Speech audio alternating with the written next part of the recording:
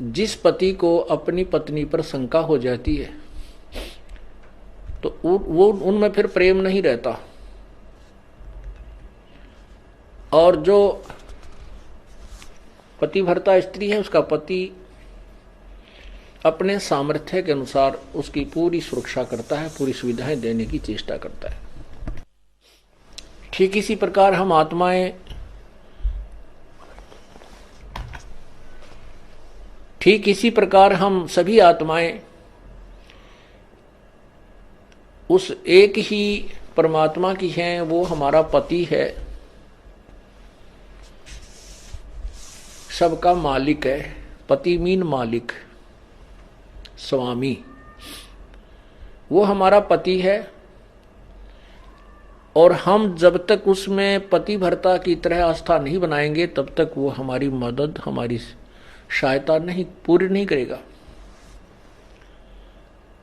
जब हम पतिव्रता की तरह उसके, एक पतिव्रता का अर्थ है कि जैसे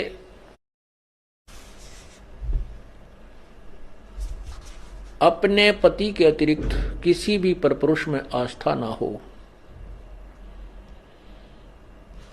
चाहे कोई कितना ही खूबसूरत हो, कितना ही धनी हो, चाहे वो कितना ही चटक मटक हो, हमारे मन में दोष नहीं आना चाहिए। और एक अपने पति पर हमने श्रद्धा रखनी चाहिए, उसमें आस्था रखनी चाहिए। तो हम पतिव्रता, पतिव्रता का अर्थ ये भी नहीं होता कि पति के अतिरिक्त सबका अनादर करे। किसी का अनादर नहीं करना। जैसे जेठ जेठानी घर में होते हैं, जेठ है, जेठानी है, देवर देवरानी है, ननंद है छोटी बड़ी, सास ससुर हैं, इन सबको यथोचित सत्कार देना पतिव्रता का प्रथम कर्तव्य है। लेकिन जो समर्पण अपने पति में होता है वो किसी में नहीं हो सकता, नहीं होना चाहिए। तो हम पतिव्रता हैं। तो उस ऐसे ही जब हम कबीर परमेश्वर के चरणों में आते हैं, हमें ज्ञान होता है, तो हम अपने परमेश्वर के अतिरिक्त किसी के से अपनी मनोकामना पूर्णा की तरफ सपने में भी नहीं सोचेंगे। तो हम पतिव्रता है। ठीक है, हमारे कोई जैसे ब्रह्मा विष्णु महेश, देवता ऋषिजन संतजन कोई भी हैं, आदरणीय हैं, लेकिन पूजनीय नहीं है। जैसे पतिव्रता को अपना पति पूज्य होता है, उसी से को समर्पण करती है, तो वो समर्पण वो किसी को नहीं कर सकती, लेकिन आदर सबका करती है, वो आदरणीय है। इस भाव से जब हम प्रभु के चरणों में लगेंगे तब परमात्मा हमारी सभी मनोकामनाएं पूर्ण करेगा। जब हम पतिव्रता हो जाएंगे इसके प्रति, किसी भी देवता से, किसी इष्ट से, किसी भी भूत प्रेत से या कोई झाड़े लानियों से हमारी कोई लिंक नहीं रहेगा, बिल्कुल सोचा नहीं सपने में। और फिर इस समर्थ के सहारे हम लगेंगे तब ये हमें कितने सुख देगा। जब जो पतिव्रता जमी पर जो धर है पाँव, समर्थ झाड़ू देत है ना काटा लग जावे। जैसे पतिव्रता स्त्री कहते पानी को चलेगी पानी भरने के लिए, अर्थात अपने जीवन रूपी सफर में वो चलती है। आत्मा जो केवल एक इष्ट पूर्ण परमात्मा कबीर जी पर आश्रित है, उसके जीवन रूपी सफर में, जीवन रूपी रास्ते यात्रा में, यात्रा के मार्ग में वो परमात्मा समर्थ भगवान कबीर परमात्मा ऐसे झाड़ू देता है। झाड़ू मीन हमारे आने वाले जीवन में जो संकट हो, पाप कर्म रूपी कांटों को वो साफ करता रहता है कि कहीं मेरी आत्मा को पीड़ा ना लगे, कोई दुख ना हो जाए।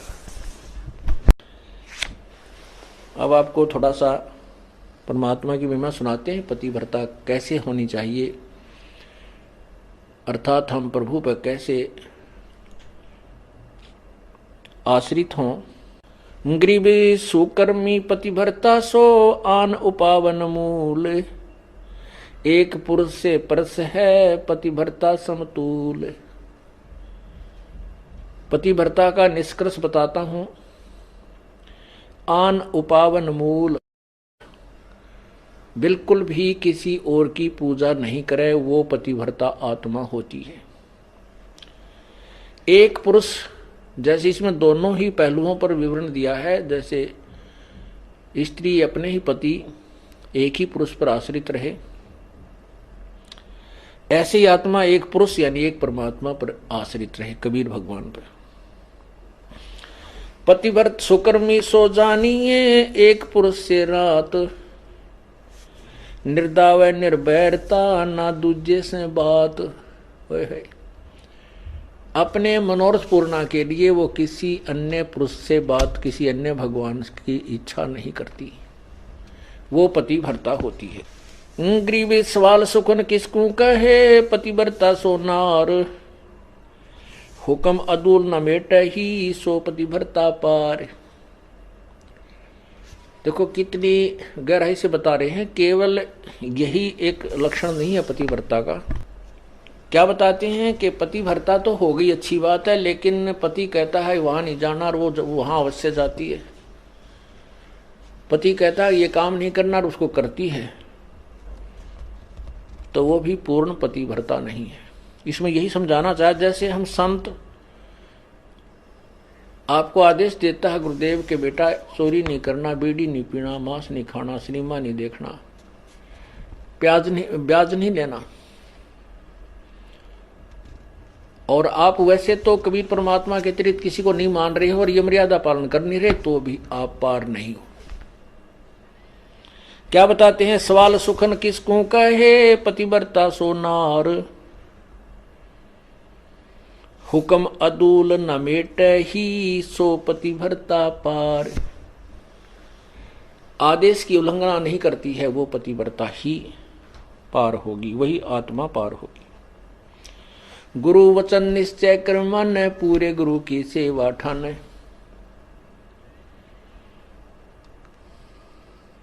भाई जो गुरु वचन पे डट गे, रकट गे फंद 84 के, कट गे फंद 84 के, कट गे फंद 84 के। भाई जो गुरु बचन पर डट गे, रकट गे फंद 84 के। घर आंगन एक सारे है, बचन उल्लंघना होई। घर आंगन एक सार समझे, पतिव्रता अपने घर में रहे चाहे बाहर रहे, उसके आव भाव, उसका चलना बैठना उठना बोलना ऐसा ही रहे जैसे वो घर में रहती है, बाहर भी एक जैसा ही व्यवहार करे और वचन उल्लंघन ना करे। घर आंगन एक सारे है, वचन उल्लंघना होई। आन खसम से ओ लेने, पतिव्रता है सोई। आन खसम यानी और अन्य पति नहीं बनावे, उससे ओ लेना माने आड रखे, पतिव्रता है सोई। आन खसम से हंसत है वो चंडी चोर चुड़ैल, जिनसे क्या घर बासे है, घर में बसे घुड़ैल। अब क्या बताते हैं परमात्मा के, जैसे कोई पतिव्रता स्त्री दूसरे पुरुष के साथ मजाक करती रहती है,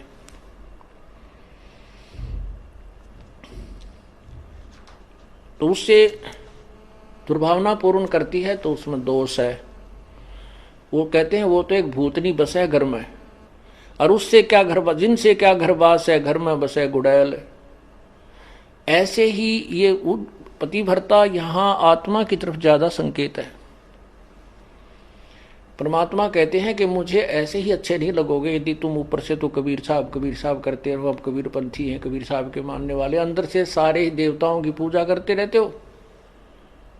आन खसम से हंसत है वो चंडी चोर चुड़ैल। परमात्मा इतने नाराज होते हैं। कहते हैं परमात्मा 100 वर्ष सतगुरु की पूजा, एक दिन आन उपासी। वो अपराधी आत्मा फिर पड़े काल की फांसी। 100 वर्ष तो ये साधना करते रहना, जो हम आपको बता रहे हैं, और एक दिन अन्य पूजा कर लेना परमात्मा कहते हैं, वो अपराधी आत्मा पड़े काल की फांसी। तो ऐसी गलती क्यों करेंगे हम? तब करेंगे जब हम ज्ञान नहीं सुन पाएंगे और ज्ञान उस दूसरे ज्ञान के लोगों से हम ज्यादा संबंध रखेंगे तो वो हमें विचलित कर डालेंगे।